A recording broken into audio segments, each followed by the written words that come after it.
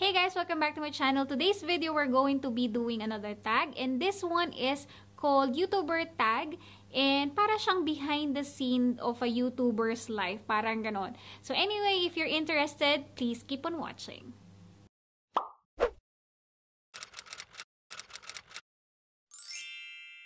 Alright guys, wag na natin pahabain. Let's get started with my first question. What camera do you use? Nung nag-start ako last November, from November to December, ang ginagamit ko yung back camera ng aking iPhone. Tapos nagkaroon ako ng upgrade ng Canon EOS M6 which I'm using right now. So, kung ano yung nakikita nyo ngayon, yun yung gamit ko. And nagkaroon ako ng panibagong camera which is this one. This one is the Canon G7X Mark II. Iyan. So, yun yung mga kamerang ginagamit ko as of the moment. So, next question, what editing system do you use? Nung una-una, sa iMovie ako nag-e-edit. Nung katagalan, nakapag-download ako ng Final Cut Pro 10. Kaya, ngayon, yun pa rin yung gamit ko. Pero, nagtatry akong gumamit ng Adobe Premiere Pro. Primarily, sa Final Cut Pro ko pa rin ini-edit lahat ng videos ko.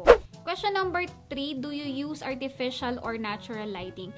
Pagka sa umaga ako nagfi-film, hanggang may araw, dalawa yung gamit ko, artificial and natural. Kasi sa tapat ng aking, sa diretsyo nito, ayan, sa tapat ng aking mukha doon, ay malaking bintana. So, minamaximize ko yung pagpasok ng liwanag, tapos binababaan ko yung artificial light. Kinukontian ko yung, paano ba yung liwanag niya. More on sa natural ako kumukuha, tapos supplemental lang yung artificial. Pero katulad ngayon na gabi, lahat ng ito ay puro artificial lang ang gamit ko. Question number 4, what is the top item on your filming wish list in terms of equipment and plans? If I were to upgrade or kung bibili man ako ng anything filming equipment, siguro additional na lighting. Kung papalarin at kakayanin ng budget, gusto kong bumili ng LED panels as my supplemental lighting pa. Kasi nasa ibang bansa po ako, so even though mas mura yung softbox bilhin, since malaki siya, it requires a lot of space. And since nasa ibang bansa kami, hindi masyadong available ang space, at the same time, pag tin-travel mo siya, masyadong bulky. So, I needed something na travel-friendly and space-saver, which is the LED panel, pero grabe ang mahal nun, guys. So, yun. Kung may bibilin man ako, yun ang bibilihin ko. Question number 5, what is your favorite day in the week to film? I upload every Tuesday and Friday, so Sunday, nagfi-film na ako. Kung makaka-film ako ng 2 videos by Sunday, i-edit ko yun by Monday, upload ng Tuesday and Friday. Pero kung hindi naman, film ng Sunday, edit ng Monday, pahinga ng Tuesday, tapos film ulit ako ng Wednesday, edit ng Thursday para sa Friday. So, yun ang aking scheduling. Next question, do you plan your videos? If so, how? Yes po, I do plan my videos. For my video ideas, lahat ng yun, sinusulat ko dito, guys. Papakita ko sa inyo. Ayan. Ito ang aking mahiwagang lumang notebook. Ano to, guys? Planner to ng 2015. Ayan. Pero nirepurpose ko na lang siya para maging planner. So, nasa na? Ayan. Guys, hindi ko na lang ipapakita sa inyo yung laman.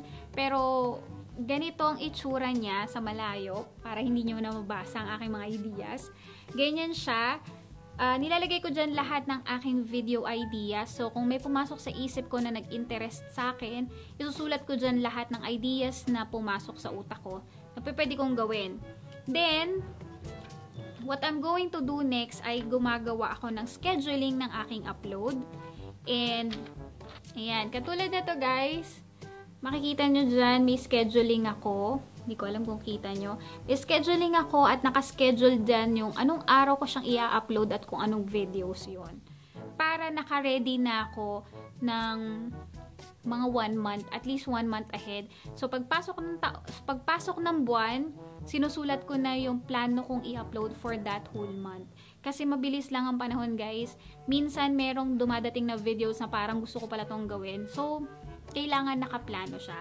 So, for my videos, ayan, ganyan ko siya ginagawa. As in, tinatrack ko yung progress ng effect sa akin ng product, kung ano man ang nagiging effect sa akin, kung tinubuan ako ng tagyawat.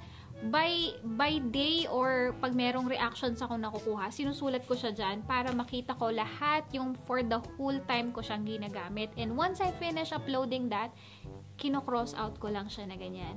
So, the answer is yes, I do plan my video and I feel like mas magaan gumawa ng trabaho or ng video, especially if naka-plan out lahat. Kung alam mo kung kailan siya i-upload, kung alam mo kung kailan mo siya gagawin, at alam mo yung laman ng videos mo. So, hindi naman lahat yun, guys, lumalabas sa videos. Yung iba for my notes only, para alam ko kung paano ko siya ipipresent sa inyo.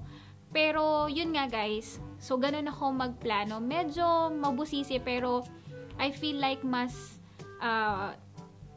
yun yung effective way para sa akin. How long does it take you to film an average video? Nung kauna-unahan, guys, umaabot ako ng 3 to 4 hours.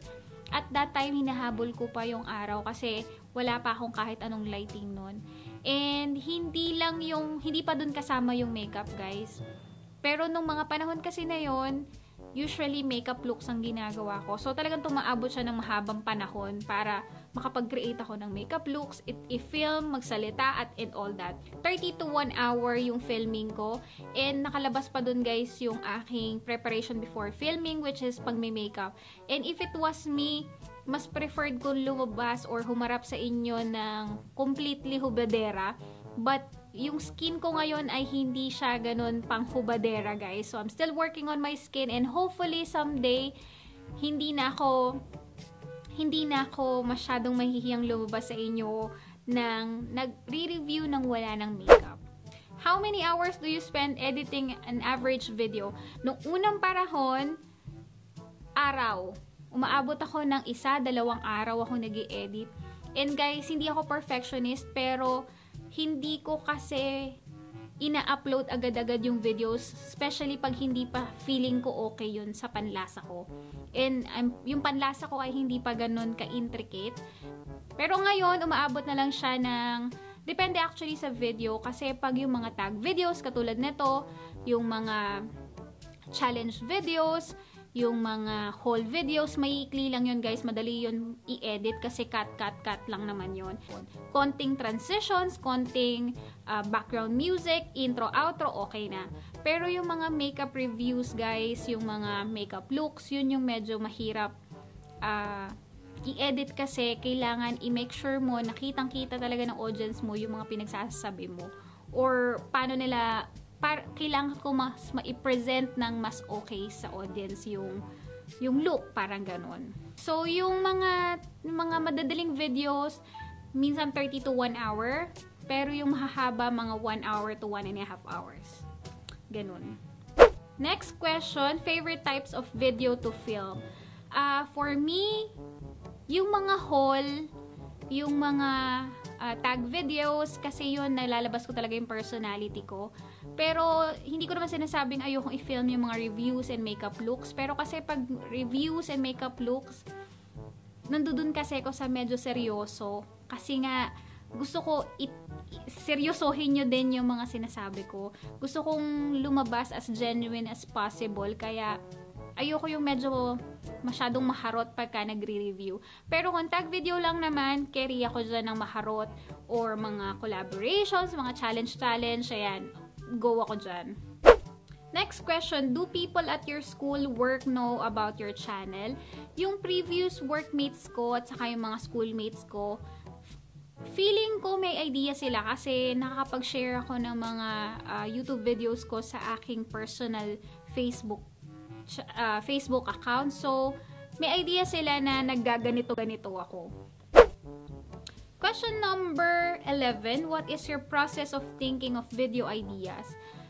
Sa video ideas naman, guys, I research sa mga bagong labas sa magazines, kung ano yung pinag-uusapan, kung ano yung viral, kung ano yung trendy, kung anong makeup looks yung uso, kung anong products yung hype na hype, like yung right now, Korean glass skins, yung mga ganyan, yung glowy-glowy.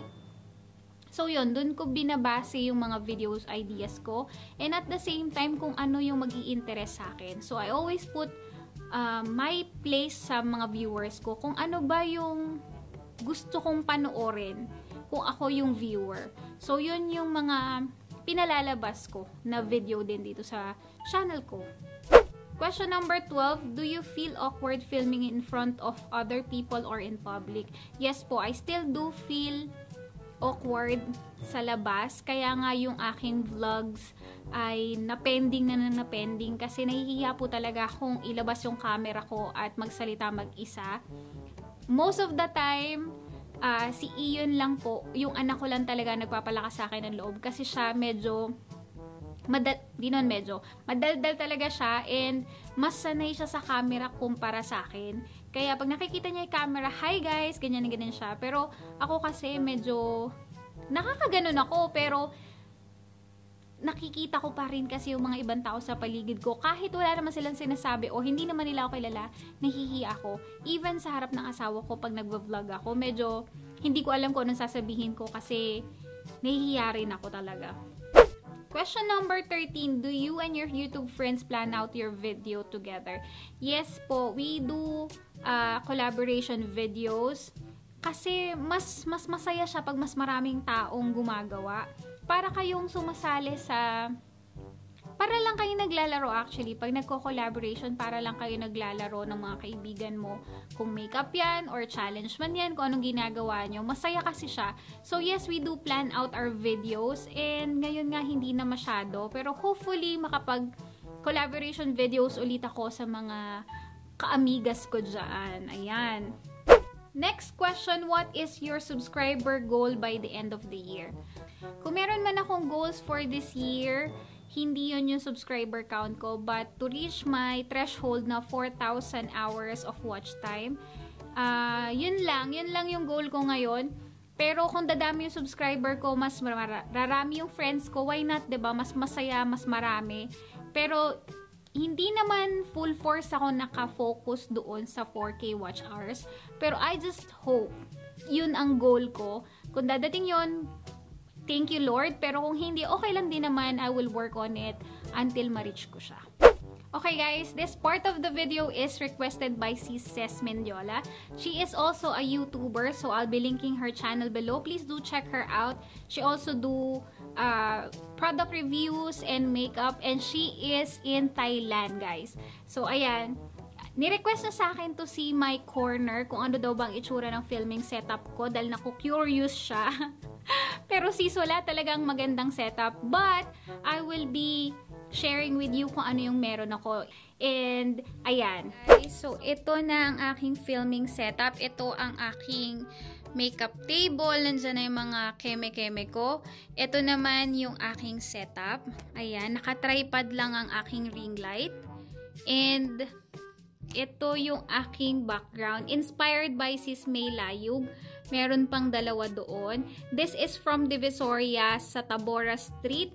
I will be putting everything in the details if you're interested to buy this as well. Nabili ko siya ng 120 per yard, and this one is 2 yards.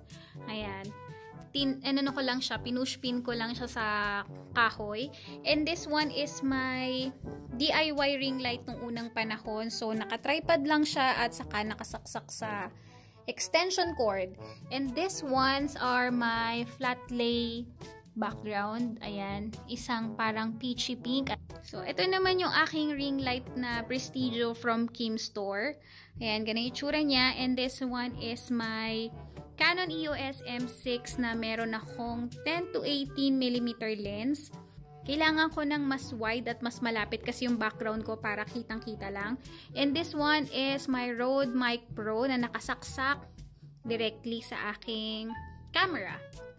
And yan guys, this one is also connected sa power socket. Wala siyang battery sa loob. Nakaganito lang siya. Yan. This one is called, ano bang tawag dyan? Case relay, saka tether tools. Ayan, yan.